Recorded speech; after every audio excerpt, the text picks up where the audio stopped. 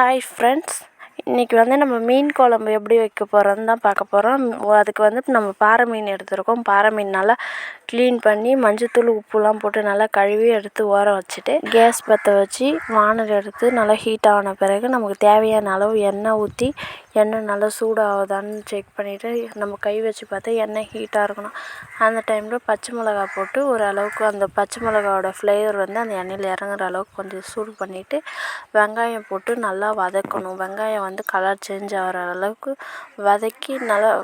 வதக்கி golden brown ஆகணும். அந்தளவுக்கு வதக்கிட்டு அதுக்கப்புறம் தேவையான அளவு தக்காளி போடணும். தக்காளி போட்டு தக்காளியை நல்லா வதக்கணும்.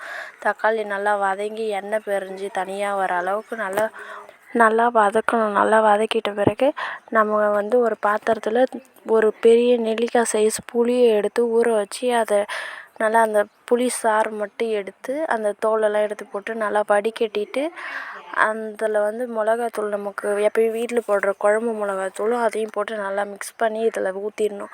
ஊற்றிட்டு நமக்கு தண்ணி எந்த அளவுக்கு தேவையோ அந்த அளவுக்கு தேவையான அளவு தண்ணி ஊற்றி உப்பு போட்டு மூடி வச்சு கொதிக்க விட்டு அதுக்கப்புறம் மீன் நம்ம மீன் கழுவி வச்சுருக்கோம்ல மறுபடியும் போடும்போது ஒரு வாட்டி அப்படியே தண்ணியிலேருந்து எடுத்து அப்படியே வானலில் போட்டு தண்ணி நல்லா கொதிக்க விடணும். தண்ணி கொதிக்கும் போது அந்த மீன் குழம்பு வாசனை அப்படியே வீடு ஃபுல்லாக செம வாசனையாக இருக்கும்.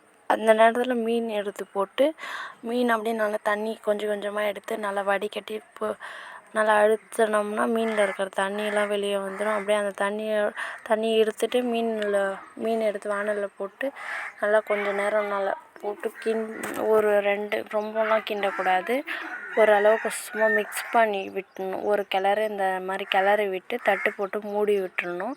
மூடி விட்ட பிறகு அது கொஞ்சம் நல்லா கொதிக்க ஆரம்பிக்கணும். கொதித்த பிறகு அதில் மீன் குழம்பு மசாலா இருக்கும்ல, அந்த மசாலா நம்ம 2 பாக்கெட் போட போகிறோம். அந்த மசாலா இப்போ நல்லா பிரித்து அதை 2 பாக்கெட்டும் கொட்டி நல்லா மிக்ஸ் பண்ணிடணும். மீன் உடையாமல் ஓரளவுக்கு பொரியமாகவே கிண்டணும். கிண்டி விட்டு நல்லா தட்டு போட்டு மூடி வச்சிடணும். தட்டு போட்டு மூடி வச்சுட்டு இந்த சைடு இந்த அடுப்பு பற்ற வச்சு இதில் தாளிப்பு கரண்டி போடணும்.